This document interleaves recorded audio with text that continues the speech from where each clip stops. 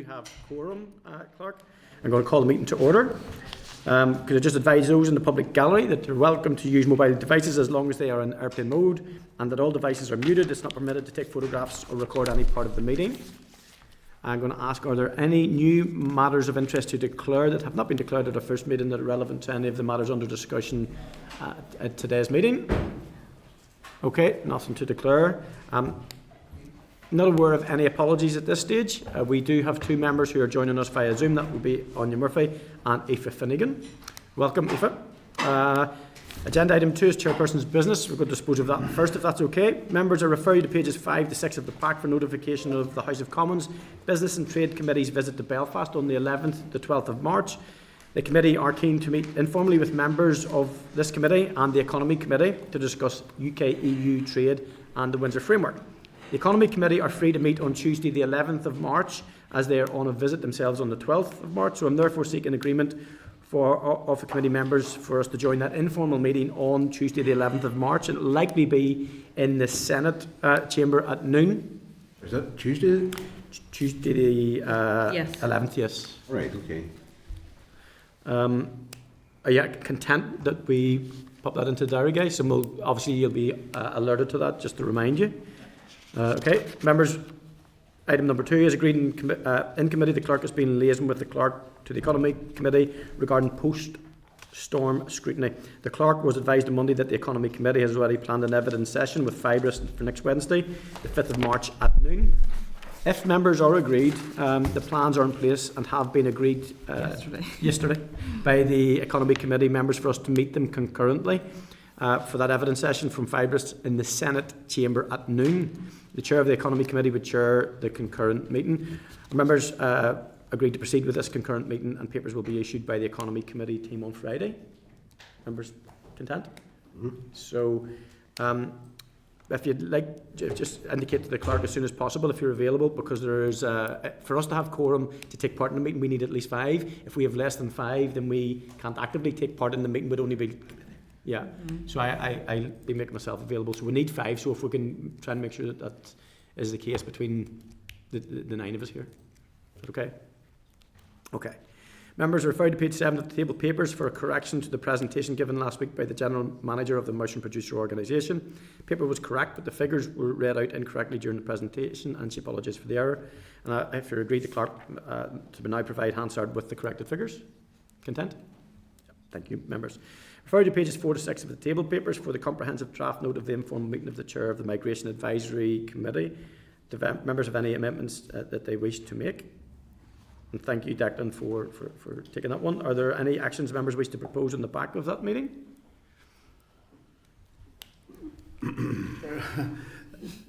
I just felt that the Migration Advisory Service weren't fully taking on board the unique challenges we have here. Mm-hmm.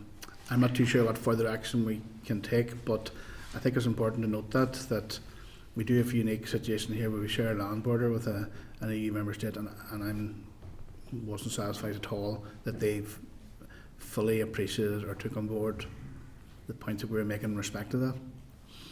Yeah, I guess fair, yeah. We're content. We'll draft something in relation to that and respond, can we? Just, I think it's fair to note that there was no satisfaction with the committee in terms of that they received understanding. So I think we need to keep that line of communication open if you're minded. Okay. Thank you, members. Okay, would members wish to consider publishing the note on the committee's website, as the session would ideally have been in public session, except that it had to be held on MS Teams to accommodate the Home Office, so nothing in secret. Thank you, members. So what we'll do then is to show the draft, first of all, to Professor Bell to ensure that his team have represented and are happy that the comments are accurately recorded. Thank you, members. Agenda item 3, minutes of the meeting on the 20th February. Refer to pages 8 to 23 of the pack for the draft minutes dated the 20th February. Have you any comments to make? Are you content with the minutes as drafted? And if so, I'm going to sign them and they'll be published on the website. Thank you, members. Okay. Agenda item 4, matters arising, referred to the response from the Department dated 19th of February, pages 25 to 26 of the park, regarding the Waste Material Facility Regulations 2025 and general handling of SL1s and SRs. We agreed to write to the department following our meeting on the 13th of February to agree that in this instance the committee had agreed to consider the SL1 and the SR at the same meeting, which we will be doing today later in the meeting. We also made the department aware that the committee wished to generally convey its discontent at the lack of space and time it is being given to consider delegated legislation and take its own evidence on what at times are far-reaching changes being made. The department's response states that it appreciates the committee's flexibility on the waste material facility regs and also states that it is aware of the committee's important scrutiny role in relation to SRs and will endeavour to allow for more time between SL1 and SR stages. It was interesting to see the programme for government and the Minister for DERA being vocal about not getting enough time himself, so hopefully that's resonating. Members, I refer you to response from the department dated 19th of February, pages 29 to 31 of the pack regarding ISNI Delivery Tracking System Investment Activity Report, construction projects. Members, we recently considered this matter at our meeting on the 6th of February and previously at meetings on the 28th of February and 16th of January when concerns were raised in relation to the cost and length of the time for the completion of projects. The department has now responded, and for the record I will summarise our queries and the response. Query 1, does the department have concerns regarding the range and expertise of contractors willing to be involved with some of the longer projects? Members, the response states that the estimated time periods for both Green Mountain and Lockery projects are dictated by factors listed in the response. These include that the campus will remain open during 3 phases of the construction period, so students will continue to reside on the site and be taught in existing buildings while works are ongoing. The scale and complexity of the buildings at both campuses. 3 blocks of buildings will be constructed. For example, at Greenmount, they comprise of an accommodation block, teaching block and a central block with conference centre, dining hall and office space. And that each phase is estimated to cost around 25 million, and experience has shown that the shortest time period for each phase is 2 years, based on that fiscal amount. The response also states that CPD's construction team consulted with the Construction Employers Federation in 2024 to conduct a pre-market engagement exercise. This provided indications that there are at least 7 contractors with the capacity, expertise and experience to undertake this work over a period of the years stated. You happy enough, Upland? Do you want to just... Particularly, no. But I'm taking a bit of advice from them. I'm going to show this to some people just to see what they think of that. Yeah, sure. Some people a bit more know in this than I am, but... Yeah, I don't think... I'm going to be honest. They talked about procurement there and it hasn't even gone out to contractors yet, and they say there's 7 that might be interested in it or might be able to do it, but that's no guarantee of anything. Yeah, and I don't think the cost of a £25 million cost should show the indicative time frame to take the build, because every build is different. That doesn't, you know, with modern construction methods and stuff, I'm sure things can... Yeah, and Chair, just on that as well, whenever we look at the way other contracts are running over and over for years, and the extra amount of cost is on them, there's nothing really substantial in this to say, well, we are going to be really scrutinising this to the fact that, you know, we have these mitigating measures in place. If we're going to run over, we're going to ensure there's not going to cost millions more than what they're saying it's going to cost, and all of that. Yes, there's some stuff on it, but it's not really firm enough, in my opinion, and it could well end up just like what we have in other contracts that we're looking at the minute. That's really running over budget and way far behind time. So I do think this committee really needs to be keeping a close watch on this, and we really need to be getting a briefing on it quite regularly as the work would continue on, to ensure there's going to be staying within time and on budget, because it appears that these folk can, you know, start the job and get away with it, let it run on, and then that obviously accumulates the cost for them. So I think we've got to make sure that is stamped out. I think you're right. That's probably picked up in query number 4 actually, and rather than read through them, because they're in your papers, guys, because you've really touched on the essence of what's on here. It does say that they have monthly meetings, but I was part of the project before I got into politics, and it was a significant build project, and I'm not sure at times, sometimes you can get paralysis by analysis too if you're not analysing the right aspects of it. You can get bogged down in technical changes and stuff, so it's about the spec being right first time round, and then ensuring it's delivered. But very keen the committee does play a part in regard to keeping some pressure on that and making sure it's delivered on time and in budget. Chair, time after time realise the expertise isn't within departments on this, and it appears that on occasions people are running rings around them because they don't have the expertise. And why? Because those with expertise, those who are carved out a niche for themselves, are picked up by the private sector, and they work in the private sector, and you have ridiculous situations like that. The Children's Hospital at the Royal happening, that simply shouldn't be happening. And I'm looking at this, and the greatest respect to whoever drafted this, and I'm not getting specifics from it, as Tom referred to. That doesn't surprise me, by the way. That does not surprise me. It should surprise me, but it doesn't. Yeah. Okay, no problem. We'll put that on our forward work plan and ensure that we keep that door well and open. Declan? Chair, sorry, I wanted to just mention something just when you crossed a bit of it there on the matters arising in relation to the farm sustainability regs. You touched on it there just a second ago before you came to that one. I just want to for a wee point there. Obviously, the farm sustainability regs, which we discussed here, related to area-based scheme, the end of the regional reserve, the new entrants, and the starting of the suckler scheme. Yes. I note from Farm and Press and from some research that we've been doing ourselves is that power also provides for changes to operation of farm funding and gives DAERA the power to move money between schemes and redirect. I don't think that was. I certainly didn't feel that was explicit whenever we were scrutinising that. So can we write back to DAERA just for clarity on that, please? Yeah, absolutely. Yeah, no, that's That's a wider power than certainly what I understood was in that reg. I'm content with that, guys. Yep. Agreed. Okay. Matters rising number 3, members are referred to response from the department dated 19th February, pages 34 to 35 of the pack regarding evidence from NIMGA in relation to the agriculture bill. Following our briefing on the 30th of January, NIMGA, we heard that despite the horticultural pilot scheme being deemed to be of no benefit to the mushroom industry, they have been repeatedly referred to it by DAERA.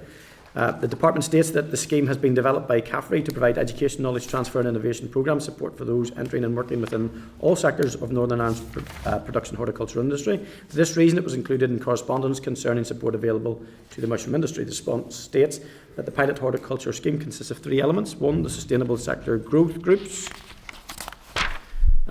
Next one, innovation driver and support aims, and then the next one is new growers academy. It seems to me that the response essentially highlights in each scheme why the schemes are unlikely to be of interest of use to the mushroom sector. Have members any comments to make? Are you content to note and forward the response to NIMGA? Yep, content. Thank you, members. Number 4, I refer you to correspondence from DAERA pages 38 to 44 of the pack dated 21st of February in relation to the avian influenza outbreak update. We wrote to the Minister on the 17th of February requesting an urgent oral update regarding DAERA's response to the avian influenza outbreak. We do have the advanced written briefing for information on an oral briefing with officials, which is planned for next week. Okay, and we will return to that next week if members are so minded and content that we have that for next week. Okay. Let's see now. That's okay. Members, I refer to pages 45 to 49 of the pack to the ministerial written statement dated 24th of February regarding the update on avian influenza outbreak in Northern Ireland. As is usual, we received the statement on Monday in advance of the wider issue. The statement outlines the actions taken by DAERA and that preliminary results from AFBI have indicated the presence of avian influenza at a further commercial poultry premise near Pomeroy, County Tyrone. The CVO has implemented temporary disease control zones around the site from the 23rd of February. There are approximately 16,000 birds on the premises, which are to be humanely culled. Samples will be sent to Weybridge for confirmation of the disease. Members content to note, or have they anything to add to that at this stage? No? Okay. Agenda item 5 is the oral briefing from the department on SI, the Greenhouse Gas Emissions Trading Scheme Amendment number 2 order. I refer you to pages 53 to 85 of the pack for the SI, the Greenhouse Gas Emissions Trading Scheme Amendment number 2 order 2025 and the explanatory memorandum. The purpose of the order is to allow the making of technical and operational amendments to the Greenhouse Gas Emissions Trading Scheme, otherwise known as ETS. The Minister has given consent for the above order to be led before the Northern Ireland Assembly and will be subject to the negative resolution procedure. So we're going to welcome the following departmental officials to brief us today: Mr. Richard Coey, Head of Emissions Trading Policy, and Ms. Anna McMahon, Deputy Principal Emissions Trading. The floor is now yours. Thank you very much. Thank you. Thank you. Okay, so firstly, thank you for the opportunity to speak to committee today and give an overview of the Greenhouse Gas Emissions Trading Scheme Amendment number 2 Order 2025. In terms of the background and operation of the scheme, if members are content, I'll not go back over this detail as committee will be familiar with the workings of the scheme from previous ETS background briefings. We will, however, be happy to clarify any aspect of the scheme if members wish. I will instead focus on the changes to the scheme which will be made with this amending order. Members will be in receipt of a summary of these changes, which was provided in the letter from the DALO in relation to this amending order, which committee noted on Thursday, 6th of February. The amending order will make technical and operational amendments to the Greenhouse Gas Emissions Trading Scheme Order 2020. It was made as an order in Council under the Climate Change Act of 2008 at a meeting of Privy Council on 5th of February and was laid under negative resolution procedure in each UK Parliament on the 12th of February, including before the NI Assembly, with an effective date of the 31st of March 25.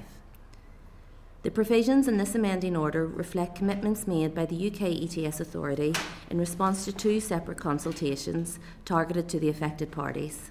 These were the Moving the UK ETS Second Free Allocation Period consultation undertaken in September 24, to which the authority response was published on the 16th of December 24, and also a technical and operational consultation also undertaken in September 24, to which the response was published on the 30th of January 25.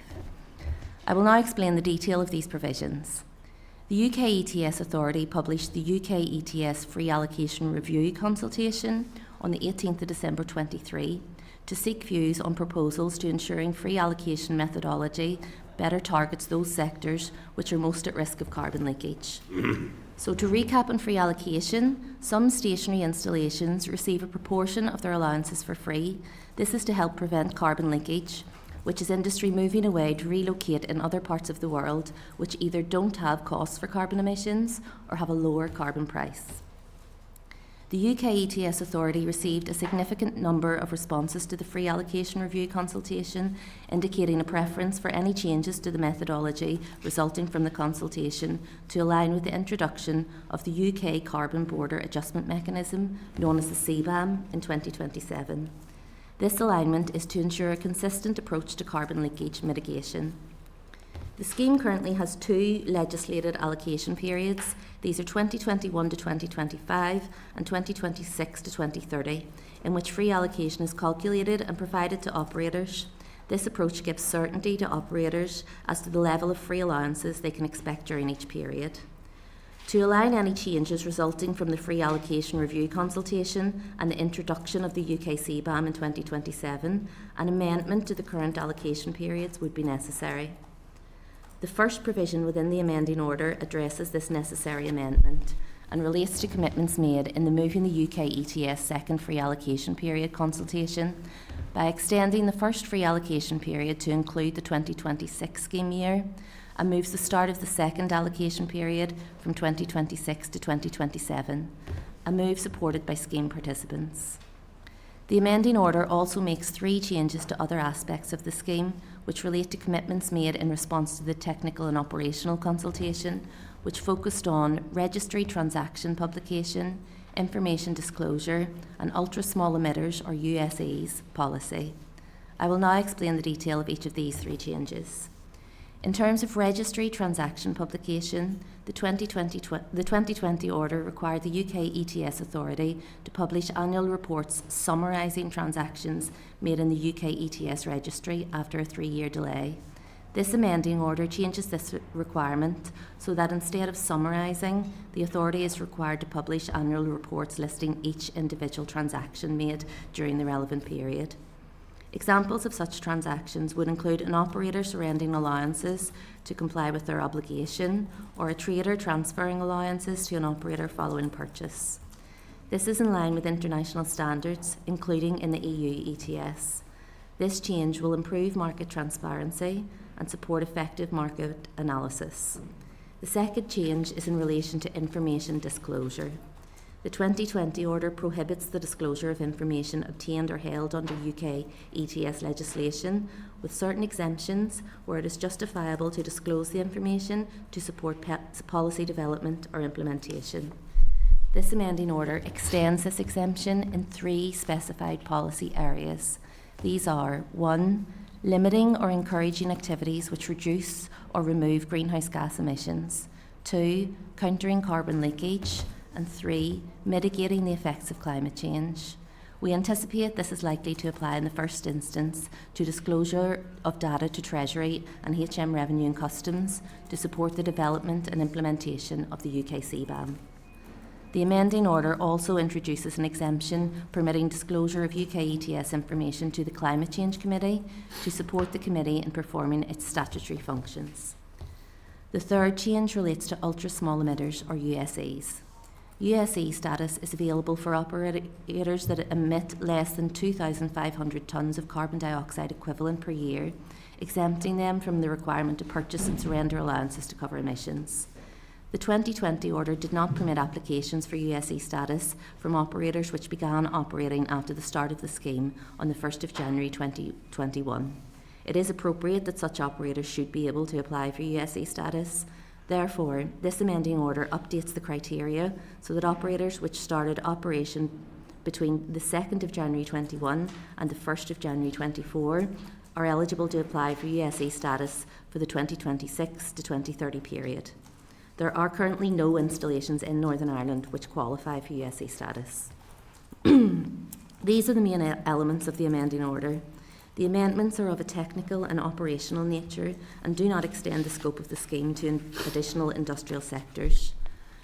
I thank the members for their time and their interest in the scheme and this amending order. And my colleague Richard Cooey are happy to take any questions that members may have in relation to this. Thank you so much. Thank you. I know that the committee have been on this a few times. I've just got a couple of questions and then we'll see if there's any from the other members. I'll ask you them both, if that's okay, and then you, rather than batting them back and forward. See that some of the amendments are regarding the data publication and data sharing. Would you just say a wee bit more about that, please? Has it been recognised that data sharing and publication has not been sufficient to date? And then the second point is in around some of those more operational changes here and around the ultra small emitter, which I'm interested in. So obviously the eligibility period has been extended, but in Northern Ireland, do we have a list of ultra small emitters? Who are they and how will they be affected? Okay. Thank you. Thanks for your questions. You happy enough, Anna, today? Yes, go ahead. Okay, so in relation to the publication of the data and the publication of more detailed information now in relation to transactions, that was always the case whenever we were participants in the EU emissions trading scheme. The reason that we couldn't immediately implement that on the implementation of the UK emissions trading scheme back in 2021 is because we need to allow a 3-year delay before we publish that transactional data to ensure that there's no data, no current market transaction data that might affect commercial confidentiality and trading behaviour and that sort of thing. So it's to increase market transparency, but balancing that with the need to protect the needs and the financial transactions of individual participants.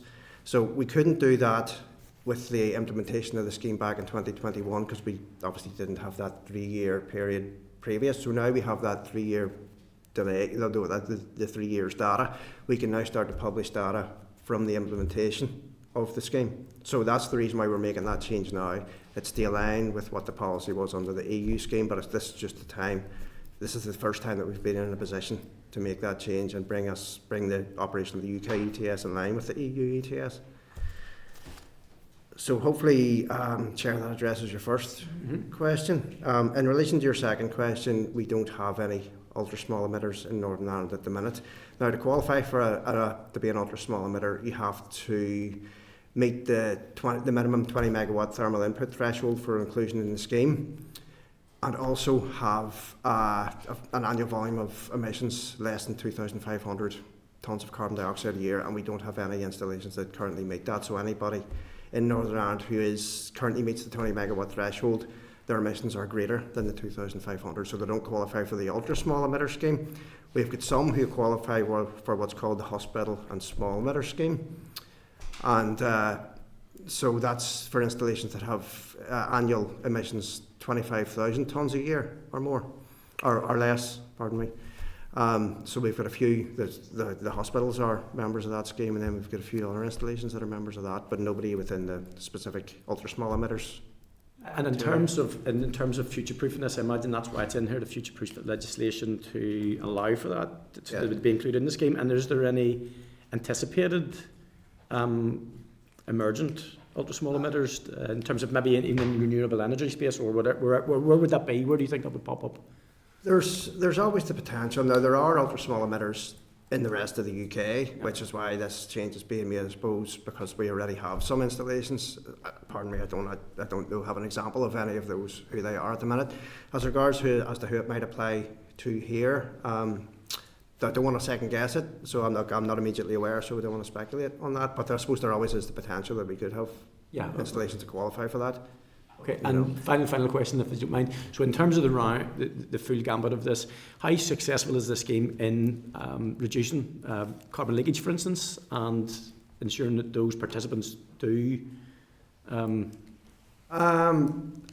suppose the simple answer to that would be because we haven't had installations that have moved offshore that have cited the carbon price as a reason as to why they've moved offshore.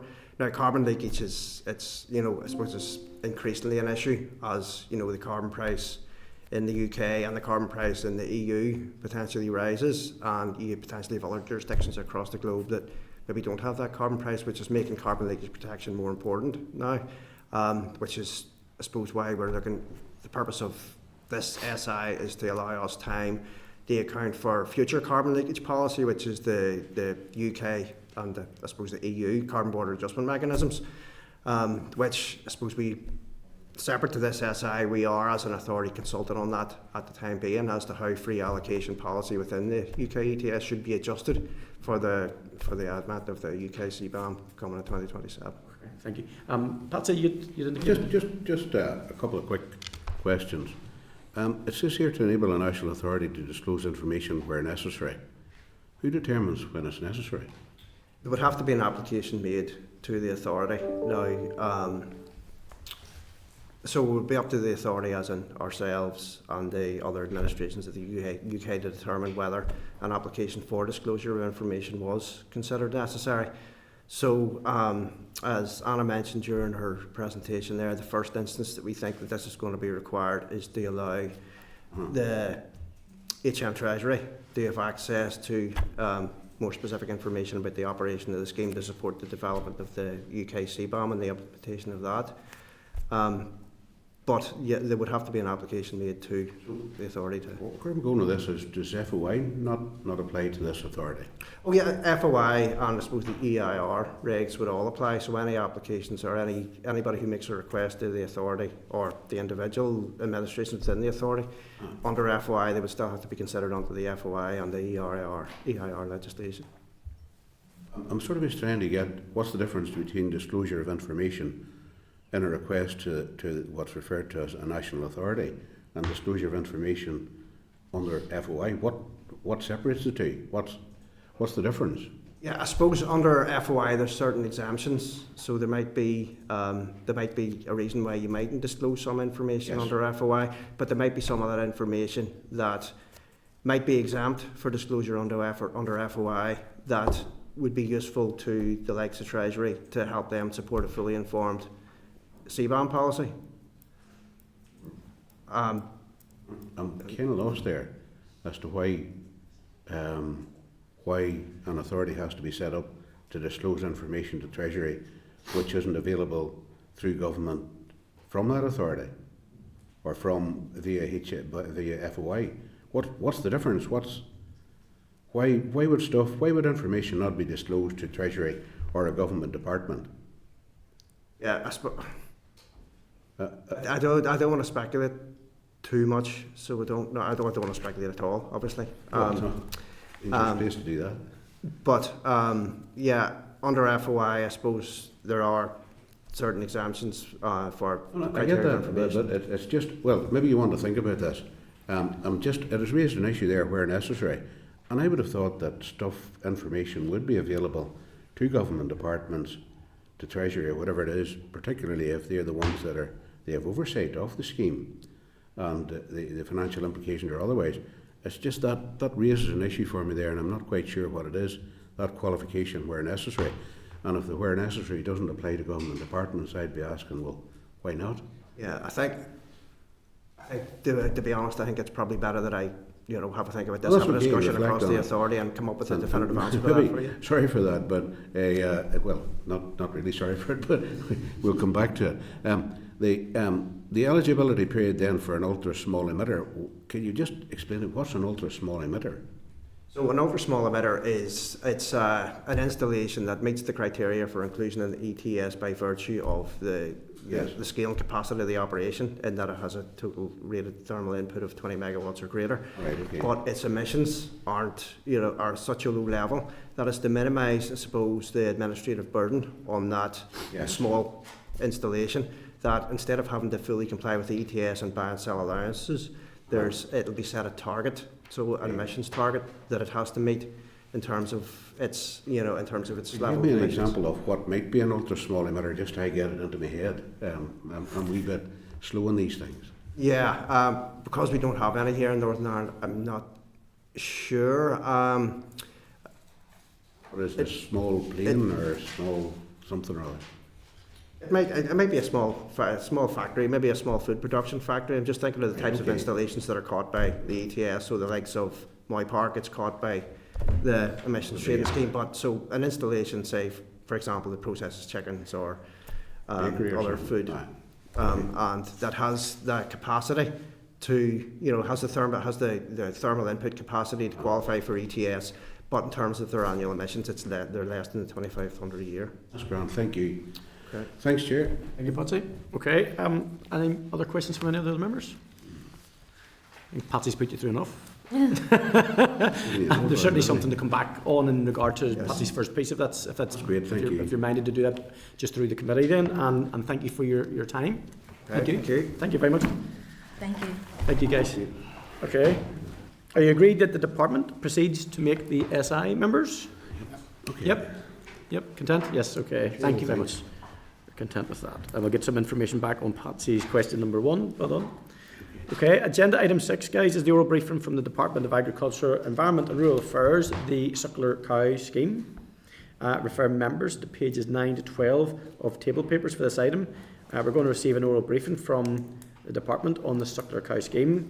Members, this is a briefing in advance of the required SL1 for the Suckler Cow Scheme that is planned for introduction on the 1st of April 2025 and forms part of the Beef Sustainability Package, part of the Sustainable Agriculture Programme. The Department intends to bring forward the SL1 and draft SR for committee scrutiny at our meeting next week, and I alluded to that at the start of our meeting. Members are going to welcome the following departmental officials to brief the committee and answer any questions after the briefing. We have Dr Rosemary Agnew, Director of Agricultural Policy at DAERA, and Ms Aoibhinn McMullen, Acting Head of Beef Sustainability Policy Branch at DAERA. Thank you for your attendance, and I'm just going to open the floor for your presentation. Thank you. Thank you very much, Mr Chairman. Good morning, members. I'm very grateful to committee for giving us the opportunity today to give you a policy briefing on the Suckler Cow Scheme. Suckler Cow Scheme forms part of the Beef Sustainability Package within the Sustainable Agriculture Programme, and it's really an integral part of that programme. It forms Phase 2 of the Beef Sustainability Package, and you will be aware that Phase 1, the Beef Carbon Reduction Scheme, launched in January 2024. Suckler Cow Scheme has been developed in co-design with the Agricultural Policy Stakeholder Group, and it aims to encourage farm businesses to increase the percentage of eligible calving events within the Northern Ireland suckler cow herd that achieve a reduced age at first calving and reduced calving interval over a 4-year phased implementation period.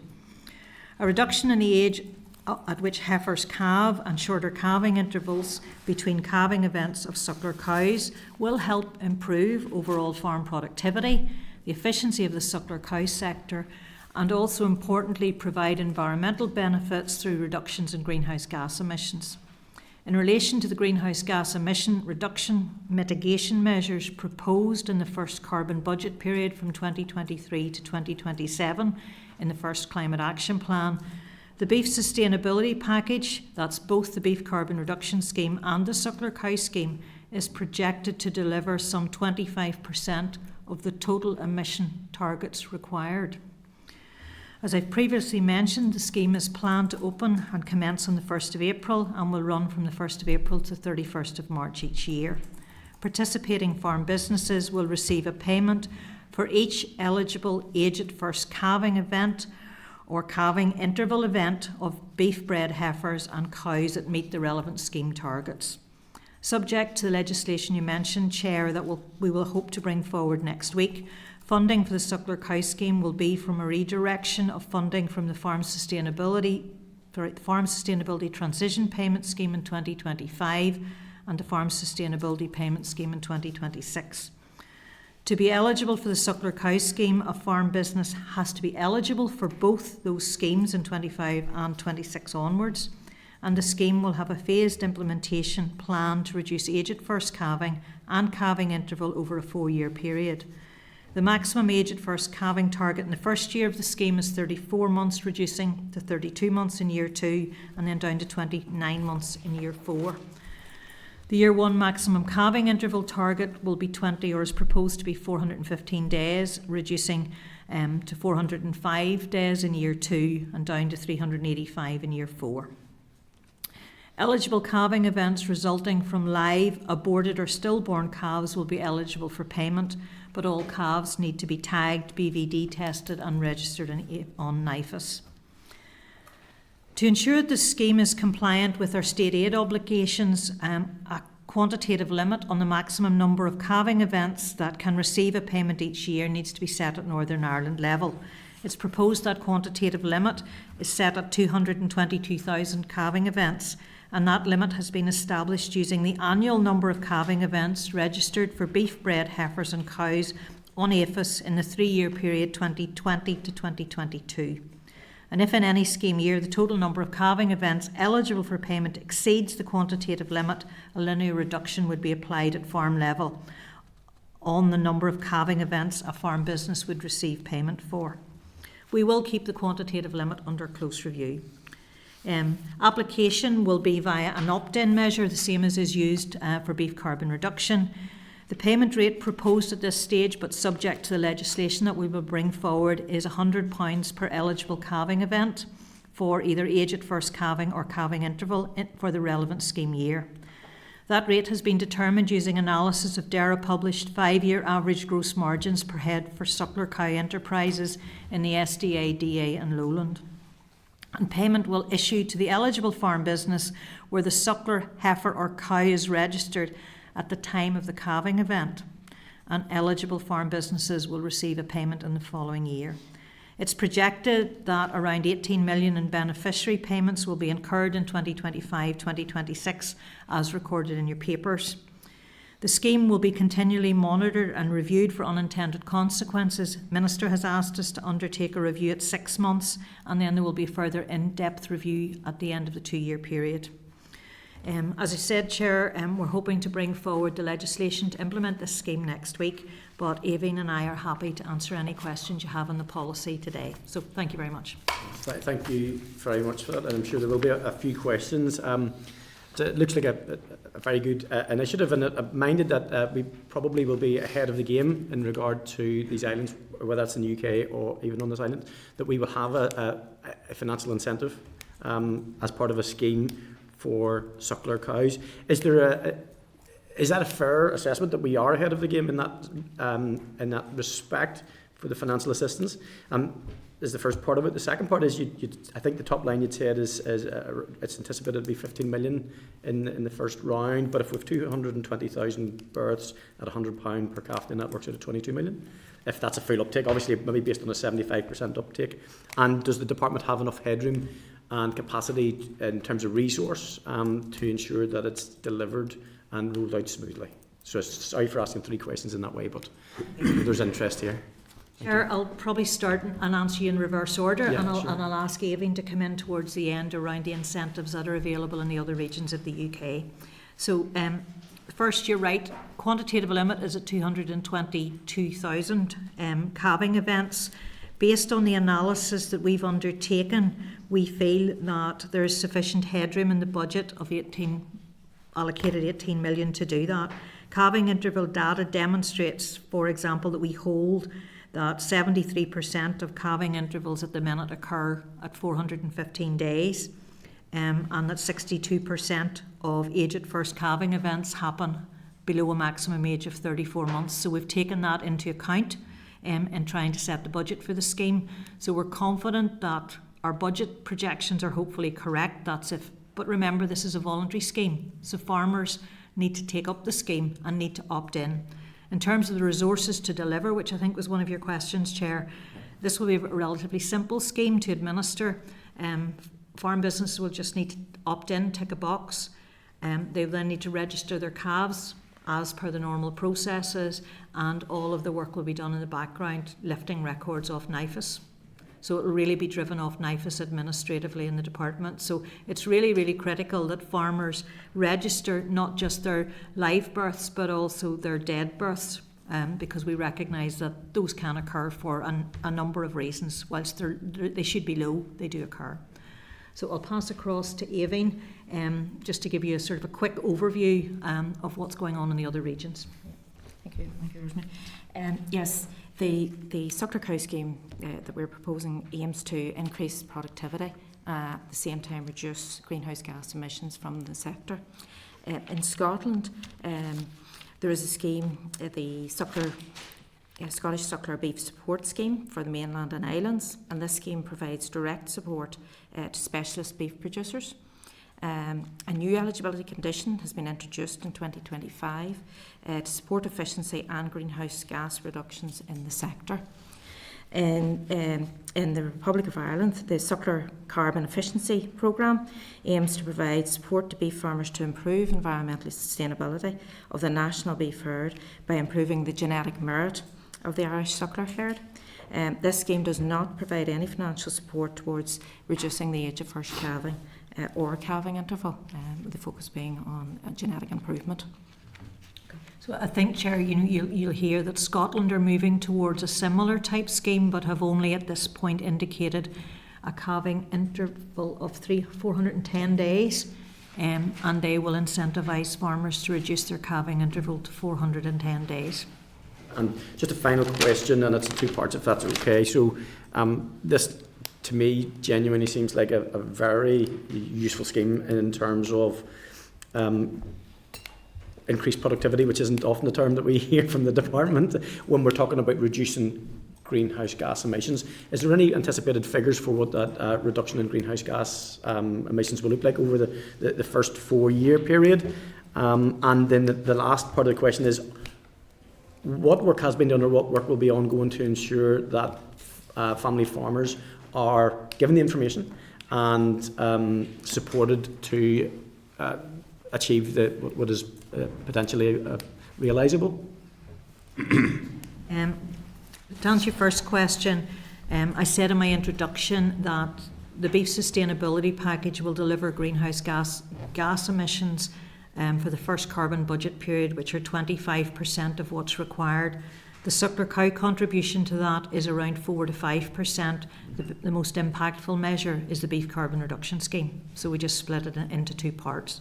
And to help farmers, there's a series of awareness events currently ongoing on the Sustainable Agriculture Programme, led by CAFRE, and within those events there's particular presentations, or farm businesses have the opportunity to hear presentations and discuss the suckler cow scheme in more detail to help provide that technical information and it's increasing productivity, so it's about increasing efficiency. It's not about increasing production, and that's what the word productivity means. But that work those awareness events are ongoing. Tonight's is in Enniskillen on campus. There's a series ongoing over the next couple of weeks. There will be webinars available on YouTube, etc., if farmers want to avail of that information at separate times, and it will be part of ongoing work. You'll hear next week, hopefully, when we bring forward the Knowledge SR as well, that you will hear about setting up of peer-to-peer learning groups, a replacement for the business development groups, and we are planning that suckler cow fertility and suckler cow productivity would be part of the themed groups or the themed areas that would be within that, and you'll hear more about that next week. Thank you, Rosemary. Thank you, Aoibhinn. Declan. Thank you for the presentation, and thanks also for the presentation last week. I felt it very helpful, and I've spoken to a number of farmers who attended the road shows there recently and got good feedback as well. So hopefully, so I'm very appreciative of that. There's a couple of points just was mentioned to me by farmers. Rosemary, you appreciate that spring's a busy time for farming, for calving, spring herds now, but say for calves, because you're running from April instead of running from January, the calves that are born now, for example, which is a busy calving time of year, they'll be excluded from the scheme until next year. Is that sort of a kind of disrupting for the farmers' calendar? You want me to come back on that one? Yeah.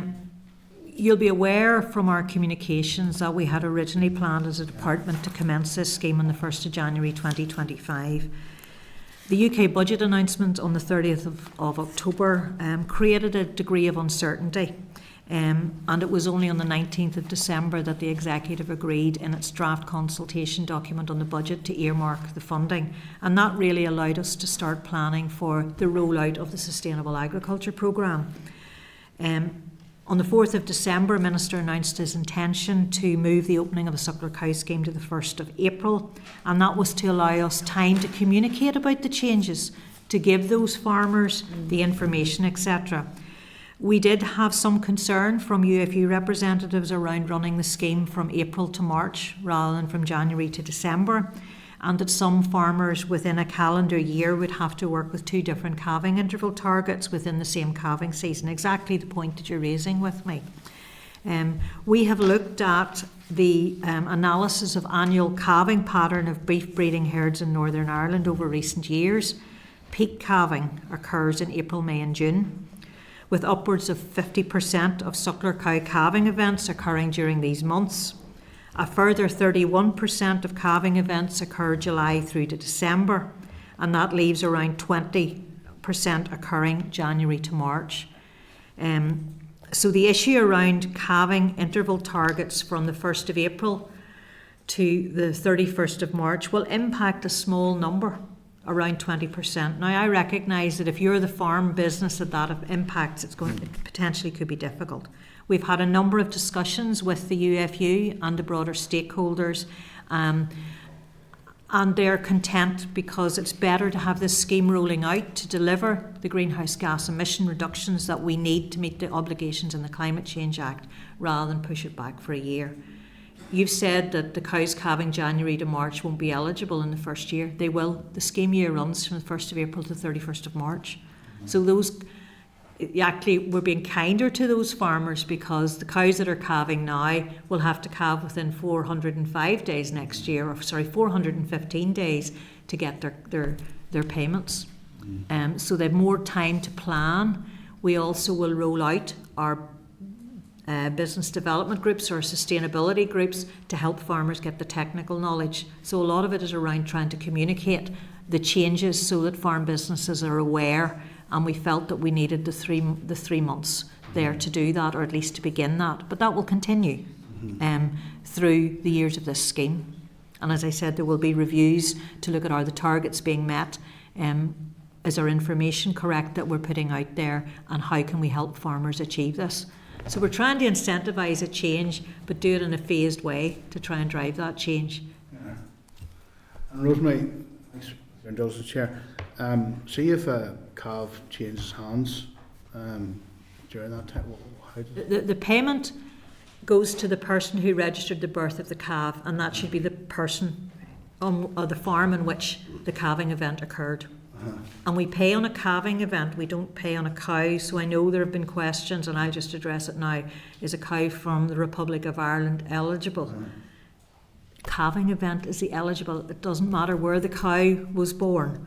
It's the calving event on a Northern Ireland farm, and it should be the farm business that registered that calf should be where the calf was born, and that's the farm business that will receive the payment. So if a calf at 2 months or 3 months of age changes hands, it'll change hands anyway. That's the commercial market. Yeah, but this is for a suckler cow scheme, so you would envisage that those calves should not be changing hands, because the suckler cow enterprise rears a calf for sale at some point at the end of the suckler period or finished as beef. And just finally, Chair, like a couple of farmers, or a number of farmers said that, say a first-time calver at 24 months, it's difficult to get them back in calf for, say, their second calf. It could take a bit longer. Is there any grace period built into it, Rosemary? No. Not at the minute, there's not a grace period. When we originally consulted, and I'm not sure I have all of the figures, we originally consulted on this in 2021 and 22, we actually proposed age at first calving figures that were tighter, that ran from 30 months down to 27 months. We got significant pushback from stakeholder organisations at that time around being able to achieve those, and about animal welfare concerns around calving heifers at too young an age. So we revised those targets to starting at 34 months down to 29 months as a result of that consultation. Those were announced by our previous minister in March 2022, and our current minister has agreed those targets remain, because that's where the evidence takes us. I think Aoibhinn might get me a figure, 62% of heifers that calved over this past 3 years would meet that first age at first calving target based on the information we hold in NIFAS. Thank you. Thank you, Chair. Thank you. And William?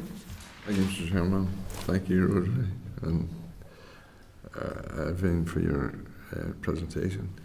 In relation to estimated 222,000 calvings, do you know, has that been static, or is that a downward trend this last few years?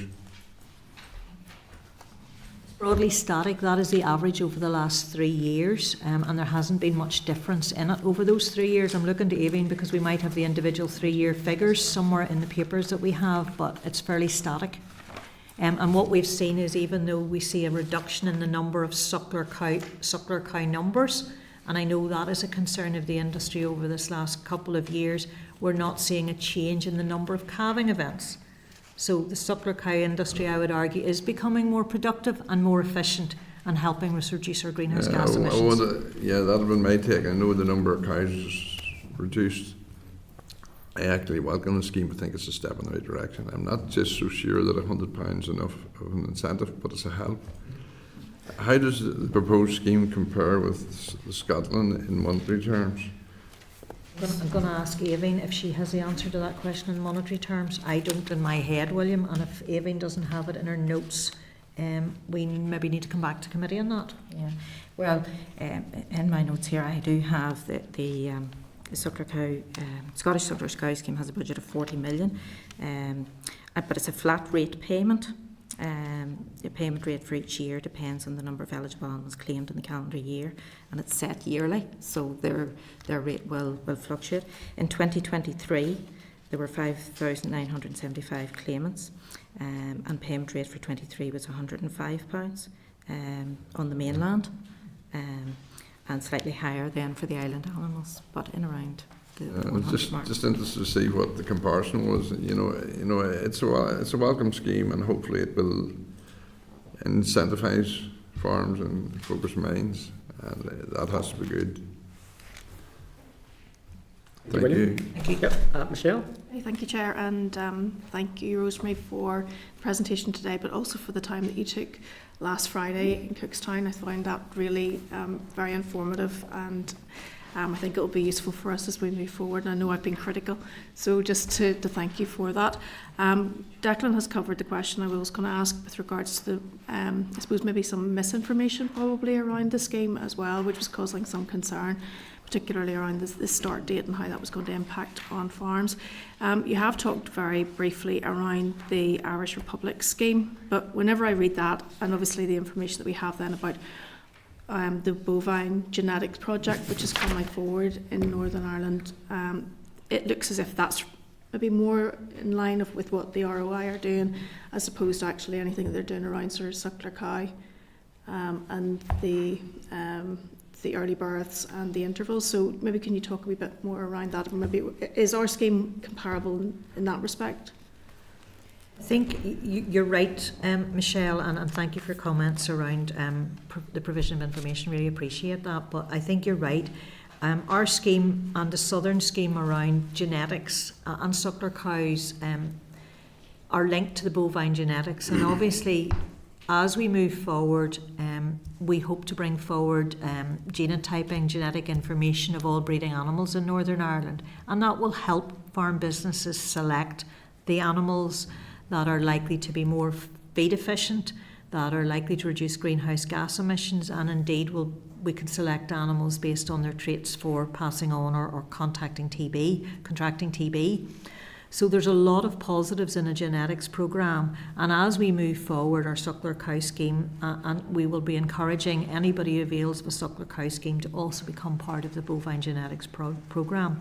But I think where we are in Northern Ireland, to answer your questions, we've gone a step further because we're trying to incentivise farmers to reduce their age at first calving, to reduce their calving interval, because we know that that will improve their efficiency, but importantly reduce their greenhouse gas emissions. And you'll all be aware as a committee the information from the Climate Change Committee, which suggests that Northern Ireland agriculture needs to reduce its cattle numbers if it is to achieve the targets. We have developed a set of proposals, and we've discussed those with members of the committee around maintaining the output of milk, beef, lamb, etc., without a significant reduction in livestock numbers at all. It's really just removing those non-productive animals. So we're trying to incentivise a change to meet the Climate Action Plan targets with the suckler cow scheme, and I think that's where it diverges slightly from the south. So this is about trying to help everyone. I know not every suckler cow on every farm is going to be able to avail of a payment in every year, because that just is probably biologically impossible, because there will be something happen at a calving, or a suckler cow will have had a section or something, and that will delay her going back into calve. But it's about increasing the number of calving events in the suckler cow herd to try to drive productivity and efficiency. And then as time goes on, we'll bring in the genetic information to help farmers make breeding decisions to help them with that. And this isn't about reducing numbers of herds? No, this isn't about reducing numbers of herds. But we have to recognise, a farm business that has a cow that doesn't calve for 2 years, that's not an efficient cow, and why she's still on the farm. So we're incentivising payments for getting a calving event, but we're not paying for cows that don't calve. Thank you very much. Okay, thank you. Okay, guys, are we content? Members content with that? Questions? Briefing? Thank you so much. It was excellent. Really, really appreciated your time today. Okay, members, we now move on to agenda item 7, if that's all right. We take this item and then we'll maybe take a short break, if that's okay. So it's agenda item 7, which is the SL1 and SR, the Waste Material Facility Regulations, Northern Ireland 2025. We're referring to pages 88 to 97 of the pack for the papers for this item. That is SL1, the Waste Material Facility Regulations 2025, and the explanatory memorandum. The Department intends to make a statutory rule subject to negative resolution. The proposed SR is required to bring into effect the sampling and reporting of material facility sites in Northern Ireland in line with the rest of the UK. On the 12th of September 2024, we considered and noted the consultation and draft legislation and a draft code of practice in material facility sites in Northern Ireland. Then on 23rd of January, we then considered a written briefing regarding the departmental response to the consultation, and we agreed to request an oral briefing from officials when the SL1 was received. As you will recall, due to an oversight, DAERA omitted to submit the SL1 letter to the committee before laying the SR in the business office by negative resolution. We then agreed at our meeting on the 13th of February that in this instance we would arrange an oral briefing on the content of the SL1 and also consider the SR at the same time. We have now received the ESR report, and the ESR has not been drawn to the special attention of the Assembly. So I'm going to welcome the following officials to brief the committee and then answer any questions after the briefing. We have Carl Beattie, the Assistant Director of Environmental Resources at the Policy Division, and Lawrence McCann, Extended Producer Responsibility 1 team, says here. Is that correct? Excellent, okay. Could you now brief the committee? Thank you. Okay, Chair, many thanks for your welcome and for the opportunity to brief the committee today on the SL1 for the Waste Material Facilities Regulations Northern Ireland 2025. I will shortly provide members with an overview of the regulations, but with your permission, Chair, I would like to start with an apology for the unfortunate procedural error that brings us here today. As you're aware, the Waste Materials Facilities Regulations Northern Ireland 2025 were laid at the Assembly on the 6th of February without the committee having had the opportunity to consider the relevant SL1 as per normal procedure. The error is regrettable and a matter of some embarrassment to the department, but it was just that, an error. and I can assure members that there was absolutely no intention to deny the committee the opportunity to properly consider and scrutinise this piece of legislation. In essence, it was a simple misunderstanding. The information now contained within the SL1 was provided to the committee on the 23rd of January, but not correctly presented by officials as an SL1. An incorrect assumption was made that, having noted the briefing, the committee was content, and the laying of the regulations proceeded based on that misunderstanding. I know it's something of a cliche, but we will learn from the mistake, and I certainly don't expect to be here in the same position again. So again, with your permission, Chair, I will move on to our presentation. Thank you very much. Thank you. There are currently no statutory requirements for materials facilities to sample waste material in Northern Ireland. Sampling may be undertaken at some facilities, such as those handling waste from other jurisdictions, but there is no legislative requirement for this in Northern Ireland. There has been sampling and reporting legislation in place in Scotland since 2015 and in England and Wales since 2016. In 2023, England and Wales updated their sampling and reporting legislation further to consider extended producer responsibility for packaging. Scotland followed with amending legislation in 2024. New legislation is required in Northern Ireland to require sampling and reporting so that parity can be achieved across the UK and to ensure that adequate information will be available for extended producer responsibility for packaging. An objective of EPR for packaging is to ensure packaging producers pay the cost of managing the packaging they place on the market. To support the delivery of packaging EPR, enhanced granular data on the composition and quality of packaging waste collected, bulked and sorted by materials facilities needs to be obtained in Northern Ireland. The materials facilities sampling and reporting requirements are detailed in the Code of Practice on Sampling and Reporting at Materials Facilities, which is published on the Department's website. All materials facilities will be required to comply with the regulations from the 1st of April 2025. Two consultations have been completed in relation to MF sampling in Northern Ireland, one in 2021 and one in 2024. On the 2021 consultation, this was a UK-wide consultation on EPR for packaging and ran for 10 weeks from the 24th of March to the 4th of June. This consultation sought views on specific policy proposals for the introduction of EPR for packaging. This was part of a joint consultation by the UK Government, the Welsh Government, the Scottish Government and DAERA. The consultation received 1,241 responses from a wide range of stakeholders. The summary of responses and the government response to that consultation was published in March 22.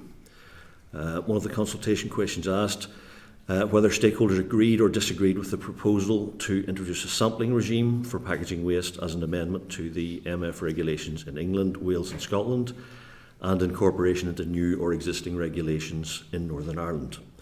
Of the 906 respondents to that question, 74% agreed with the proposals, 3% disagreed, and 24% neither agreed nor disagreed.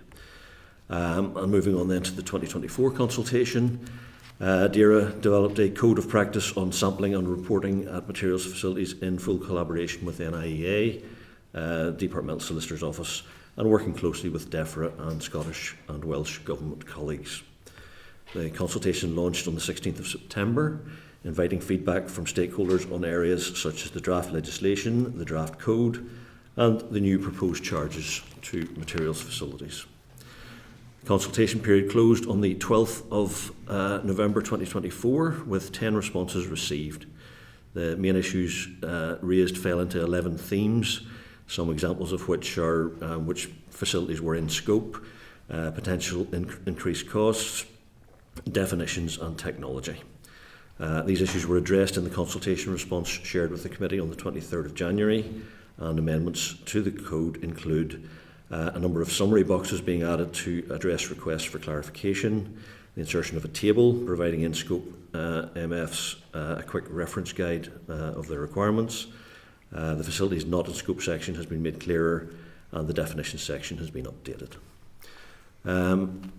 These regulations amend the Waste Management Licensing Regulations Northern Ireland 2003 and the Pollution Prevention and Control Industrial Emissions Regulations Northern Ireland 2013. They will insert several key definitions to both sets of regulations. For example, fibre-based composite material, materials facility, specified output material and waste material. The amendments require the Department to ensure that appropriate conditions are included in waste management licences and PPC permits, which authorise materials facilities, so that the Code of Practice on Sampling and Reporting at Materials Facilities issued by the Department is complied with. To that end, they insert various new definitions into both sets of regulations. Legislation in the Code of Practice on Sampling and Reporting at Materials Facilities will require in-scope materials facilities to sample and report on their waste material. This sampling and reporting will bring Northern Ireland into line with the rest of the UK. That concludes our presentation. I'm very happy to take any questions. Thank you very much, and thank you for noting at the start just the difficulties that we've faced with regard to the production ore, and in this case just a simple oversight, and I'm sure the committee are happy to accept that, and I thank you for that. So can I just go into a bit of a technical question first of all, if that's okay? Does licensing in this instance apply also to facilities then who recycle, so collect, store and recycle into repackaging material? Well, or is it just for the storage, collection, storage? And it applies to any facility that meets the definition of materials facility. That definition is sort of quite complicated. Yeah. And perhaps, Lawrence, you give a little bit more of course. An explanation of what that entails. So, the definition of materials facility, we've aligned with England and Wales on that. And I can certainly tell you, read the definition now, it's a bit technical, but it's a facility or part of a facility where waste material is received in order to separate it into a specified output material or consolidate it into bulk quantities, whether there's a first point of consolidation for such waste or following the first consolidation of bulk quantities transferred from another supplier, for the purpose of selling it or transferring it to other facilities or persons to enable that material to be prepared for reuse or recycling. Any reference to material facility excludes, and there's just a few exclusions there, but part of a facility at which all the waste material received during a reporting period comes from a single supplier, unless the waste material is received separated into specified output material at that facility that is provided pursuant to arrangements made under section 25(1)(b) of the Waste Contaminated Land Order and undertakes processing or sorting of waste batteries or accumulators. That's not really answering your question, though. To answer your question, I think would be a site, an MF can be part of a recycling site, can also be an MF. An MF can be kind of, I've got a few examples here which might help. It's a facility sorting single waste streams such as paper and card. Commercial and industrial waste facilities receive waste material to consolidate or sort it into specified output. Facilities consolidate waste material received from two or more suppliers into bulk outputs. So as well on that site, there could also be other things happening. I actually think this is really important. I really like this one because I see a lot of big industry in terms of the repackaging and the, obviously for their credentials in terms of their carbon reduction. They're saying this product is made from 70%, 80%, 90%, 100% recycled material. We can see the soft drink industry in particular going down the route of trying to do away with virgin material as best as possible. But obviously they get credit for whatever they claim, and this is the nuts and bolts of measuring the efficacy of that, I imagine, at the very start. So that's actually quite useful for me, I'll be honest. Okay, because I'm aware of a number of facilities around and visited, and just see where this fits. And in regard then to, obviously we hear this quite a lot in the Chamber. We're at least 10 years behind other jurisdictions in the UK. Was there, apart from Stormont being down, is there any particular reasons why the department haven't had this maybe further up the chain or in terms of bringing it forward? Yes, I can follow that. There were competing priorities, unfortunately. We are behind the rest of the UK. We're also behind Ireland, who are also sampling. But we are now just trying to align as much as possible, just on a UK-wide basis. Okay, and in terms of the policing of it, the actual operational testing of the compliance, does the department, which agency has responsibility then for that? So NIA will be on these sites, and that's one of the reasons there's a fee involved, because basically NIA, as part of their inspection of these sites, will also be examining the MF processes now. Obviously the fee isn't always positive, the fee isn't coming in this year, it's coming in next year, but there will still be analysis of the sites by NIA.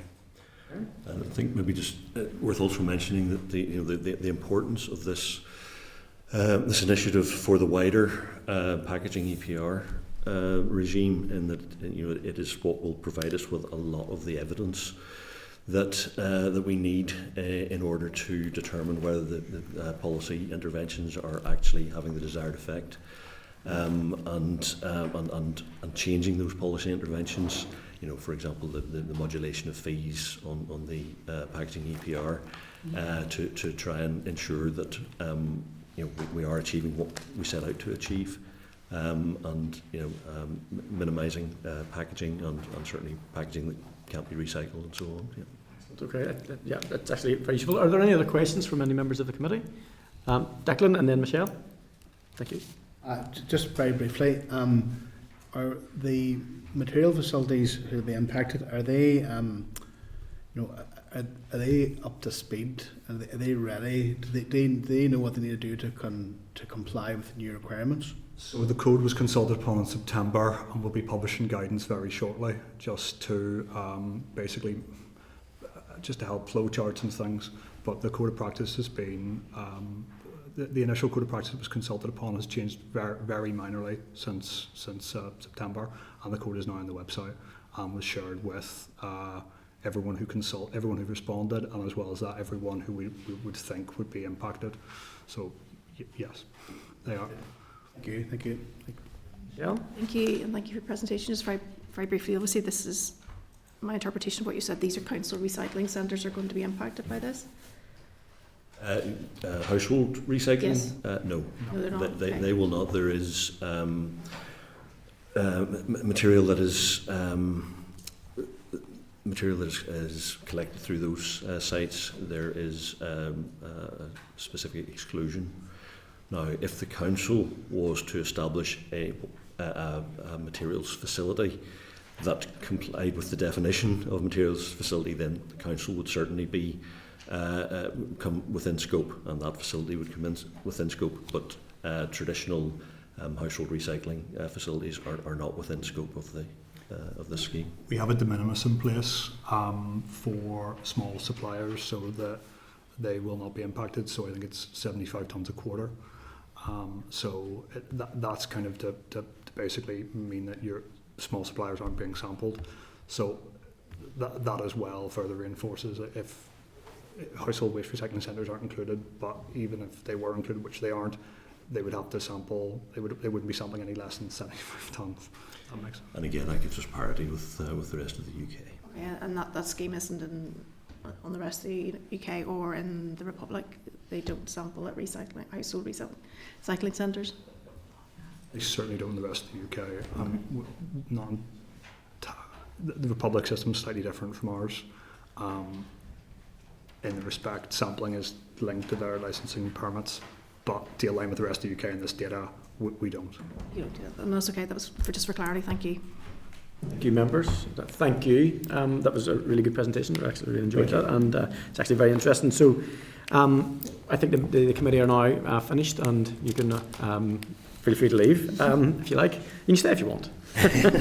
But if there are no further comments, I'm going to put the question to the committee, and that the committee has considered SR 2025-18, the Waste Material Facility Regulations, Northern Ireland 2025, and there's no objection to the rule. Are we content, committee? Thank you, members. Thank you. Members, we're just going to take a 3 to 5 minute break. I really would like to start the meeting again at 25 to 12, so it'll allow you time to get some rest and come back refreshed. Thank you.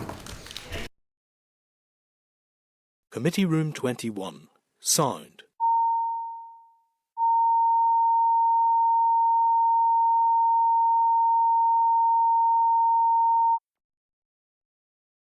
Committee Room 21.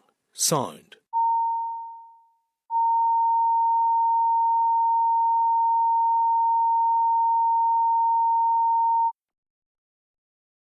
Committee Room 21. Sound.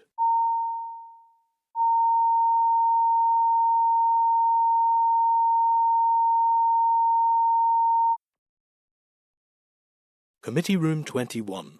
Sound.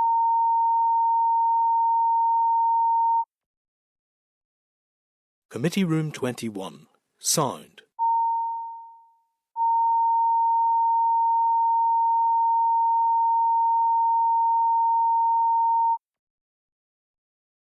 Committee Room 21.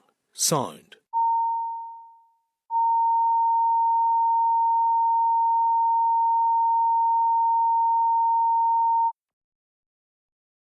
Committee Room 21.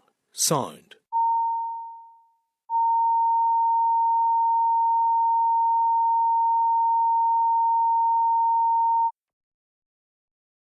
Committee Room 21. Sound.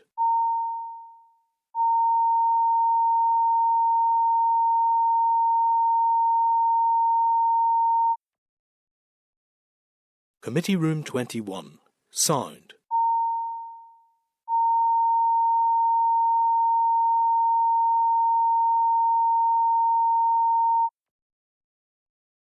Committee Room 21. Sound.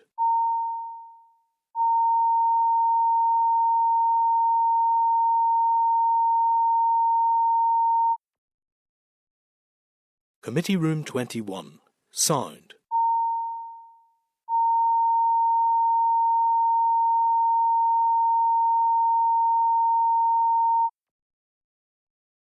Committee Room 20.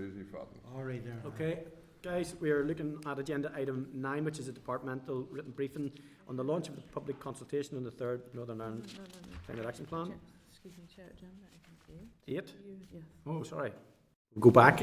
Just getting excited there. We're going to go for a draft. We're going to go for agenda item 8, actually, which is the draft response to the Committee for Finance.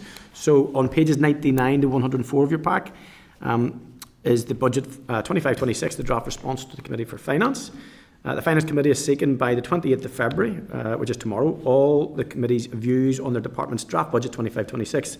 And at our meeting on the 6th of February, we had a briefing from officials regarding the Resource Dale and Capital Dale bids submitted to the Department of Finance as part of the ongoing work in relation to the budget 25-26.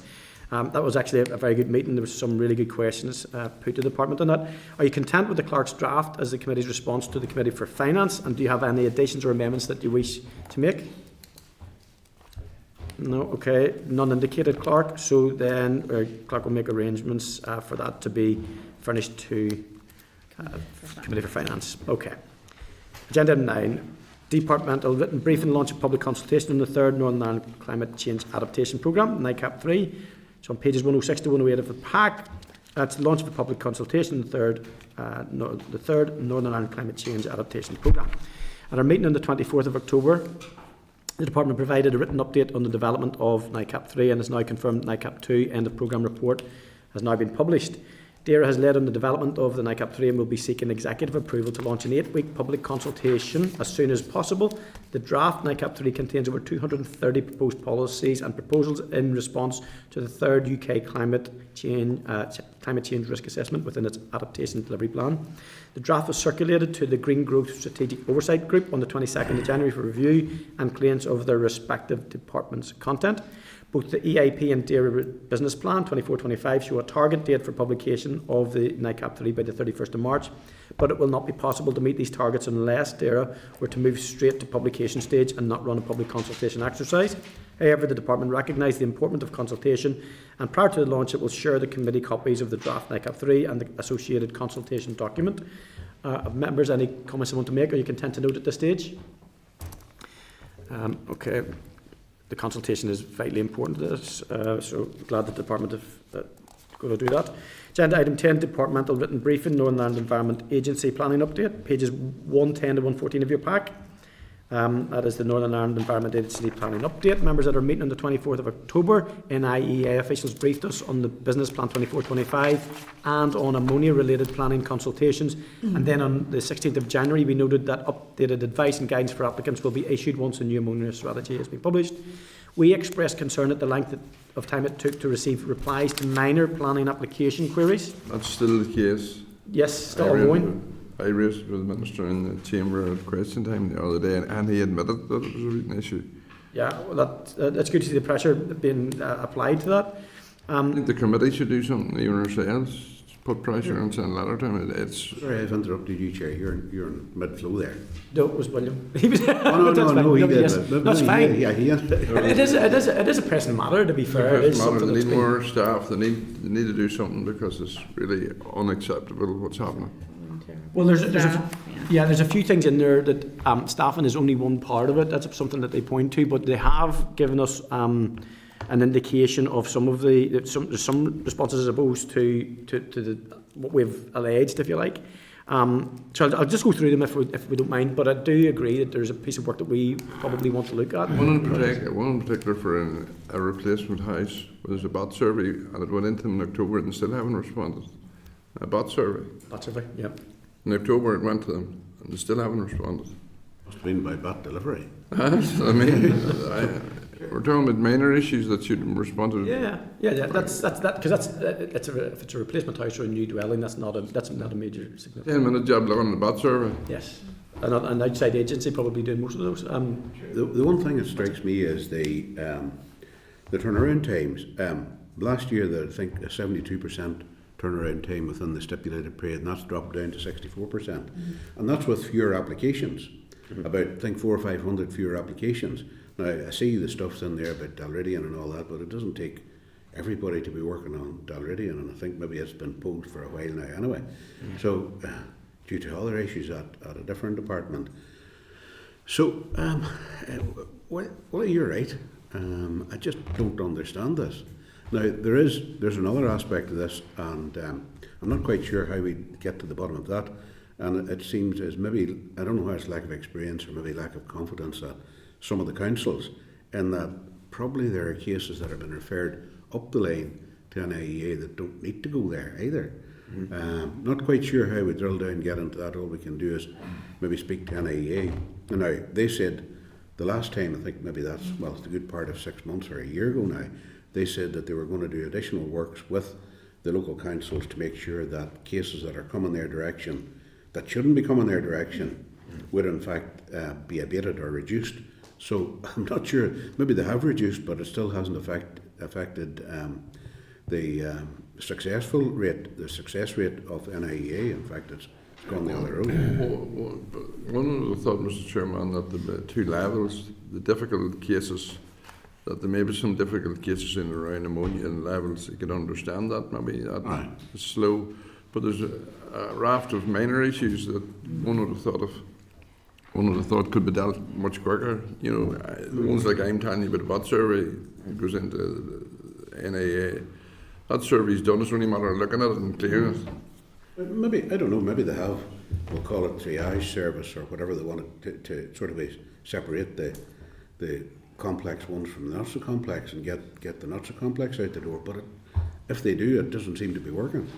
No, they've broken it down for us, but not necessarily in the terminology that we're relating to. So they break it down slightly differently in terms of agriculture, the water quality, the air quality and stuff. Now, they have given us a couple of outline steps that they are taking to address the issues. One of those is the recruitment of additional planning staff for the Natural Environment Division. And they're saying, but there'll be a time lag and potential for further backlog before an improvement in response rates will be achieved.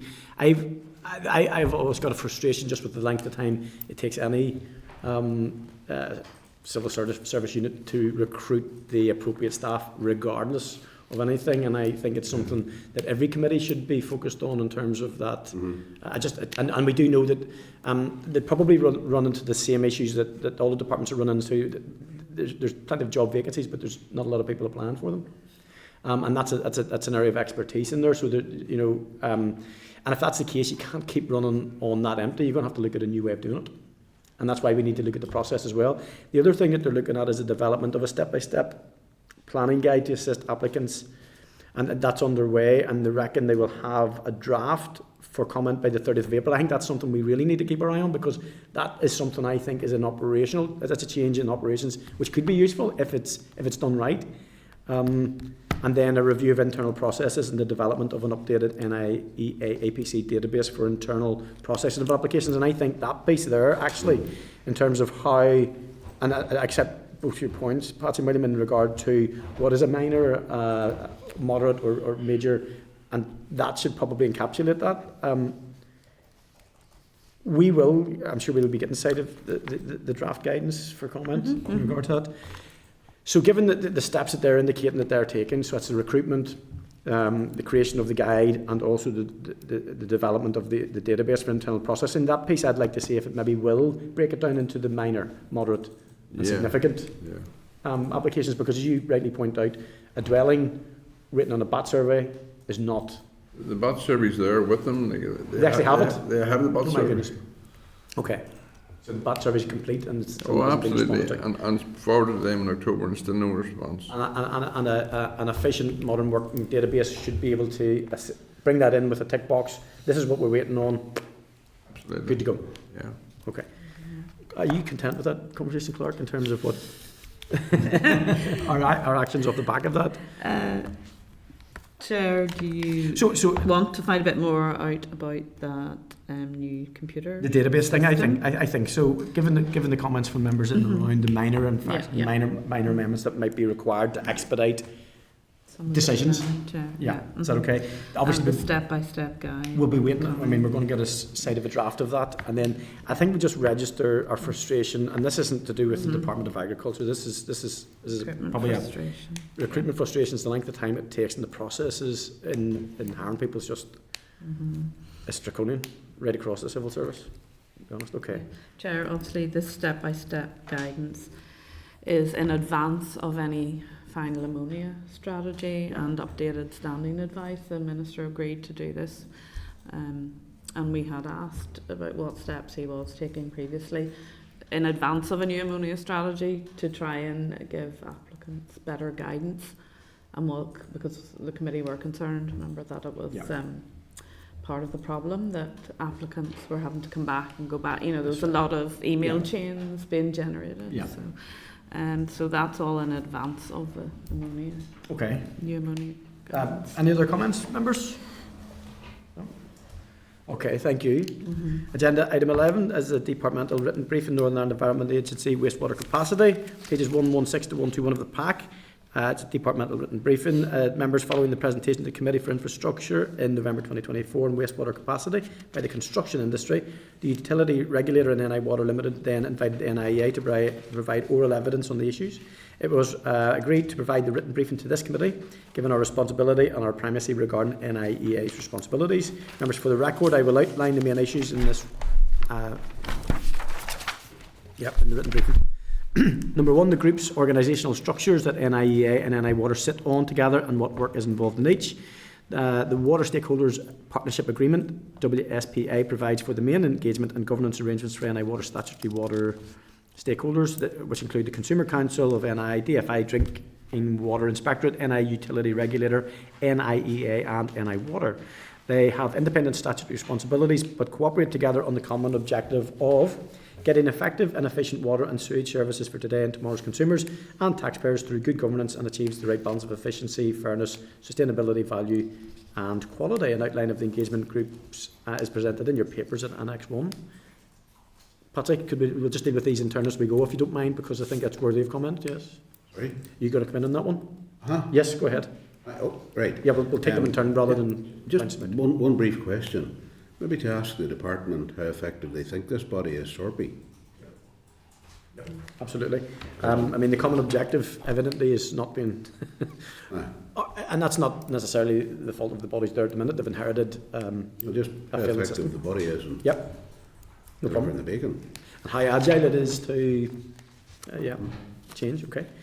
Number two, NIEA testing and recording of wastewater pollution incidents. NI Water has been subject to the same enforcement process as any other authorised business in NI, including the initiation of prosecution proceedings via the PPS and other enforcement actions. All water pollution incidents reported to NIEA are investigated, and enforcement actions against NI Water is taken where there has been a significant environmental impact through high or medium severity incidents, and investigation demonstrates a managerial failure. However, the NIEA states that a significant number of water pollution incidents attributed to NI Water occurred due to sewer blockages caused by misuse of the public sewage systems. If the incident is not due to NI Water, formal enforcement action is not progressed, as the defences in the Water NI Order 1999 will apply. Since the formation of NI Water in 2007, NIEA has initiated successful prosecution against the company through the courts, with fines totalling $266,900. That's over a period of 18 years, just for context. In that one there, guys, the first thought that came out to me is that sewer blockages caused by misuse of the public sewerage systems. I would like to maybe understand a wee bit more of what that amounts to, whether it's industry or public use and that type of stuff, if we could get a bit of more information on that. Because if it's over 18 years, if this is an ongoing incident, I'm just wondering, do NI Water need to adapt how they treat this, how the system works and how it treats, rather than just accepting it as the norm? That makes sense, okay? Sorry, Chair, if I could, just on that, I read that document and this, whatever it was, I think they mentioned it was 266, 100,000, whatever it was. Over a period 17 or 18 years, yeah. I worked it out at about 14,800 quid per annum. Yeah. Now, I would just like to know what the legal fees and bringing that case cost the department over that period of time, because I would reckon it'd be sort of like a nil-sum game. Yes. And it may well be a matter for the courts and increased issues for the courts and fines and all that type of stuff. But yeah, I wonder, is there a table of charges that they can levy if there's a failure, or do they need to go through the court process? It's an interesting one, because there's obviously an investigation, because if it doesn't meet the threshold of managerial failure, then it doesn't apply. So maybe see if we can get that. It's probably a bit of a drill down and maybe some of the PAC, but the fines is one thing. We'll say averaging 14,000 per annum.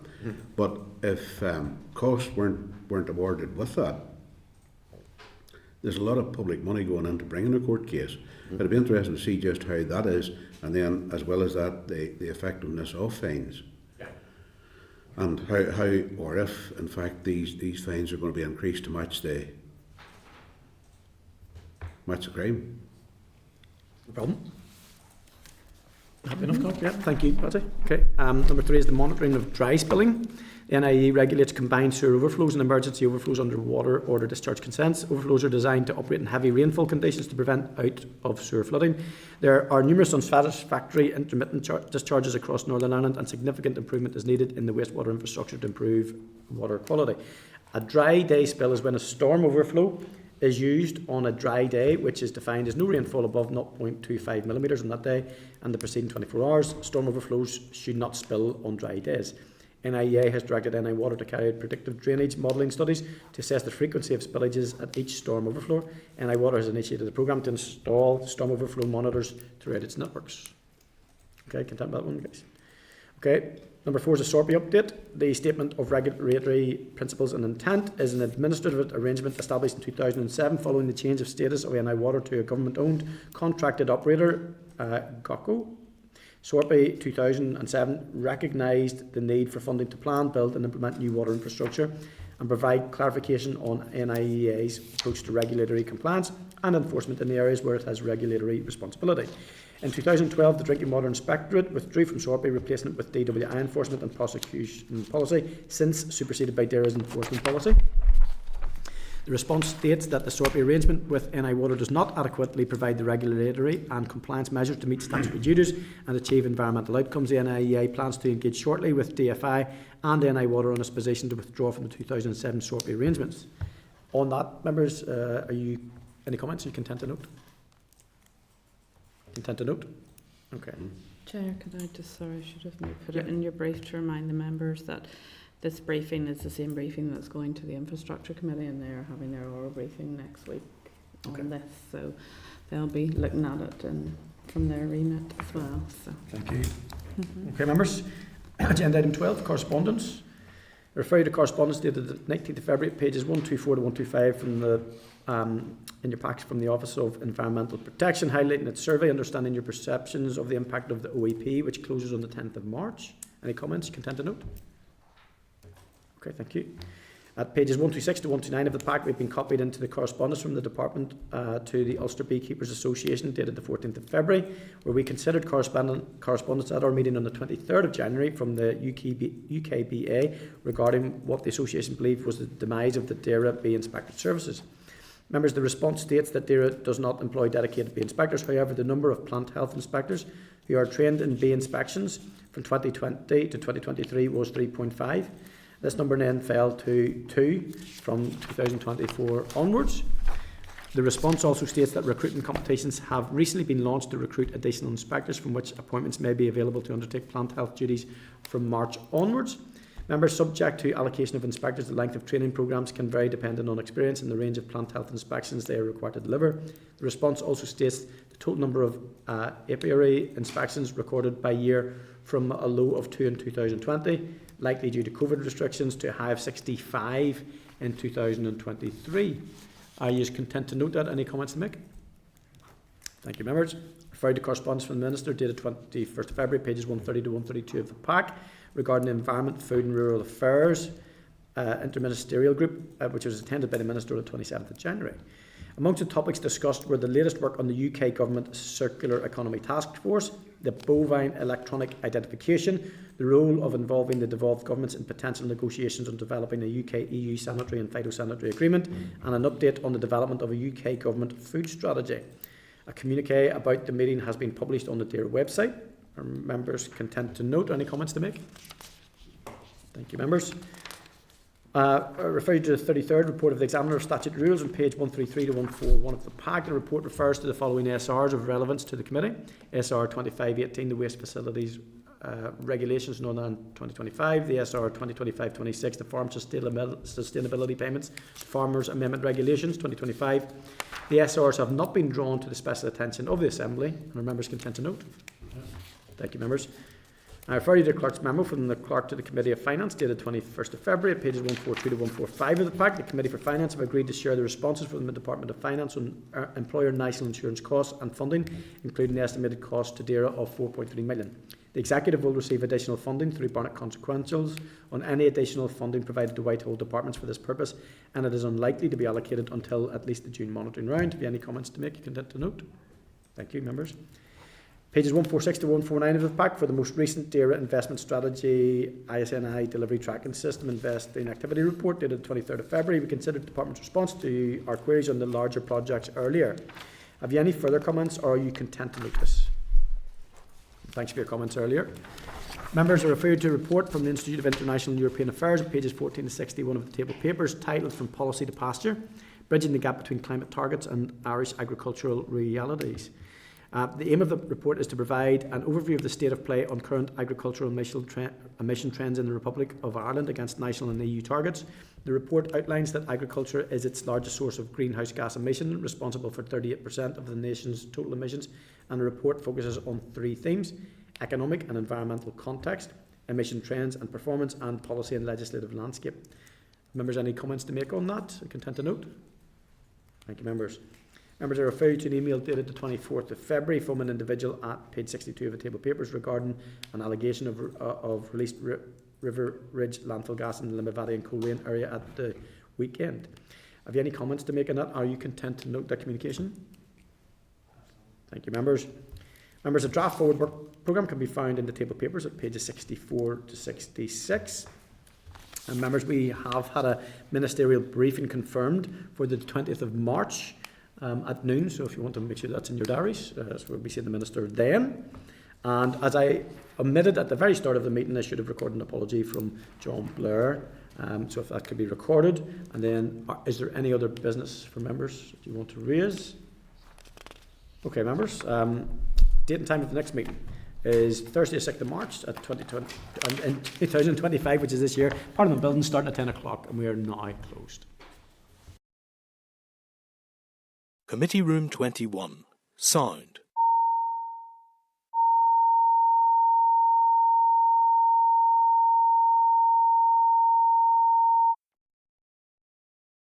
Committee Room 21. Sound.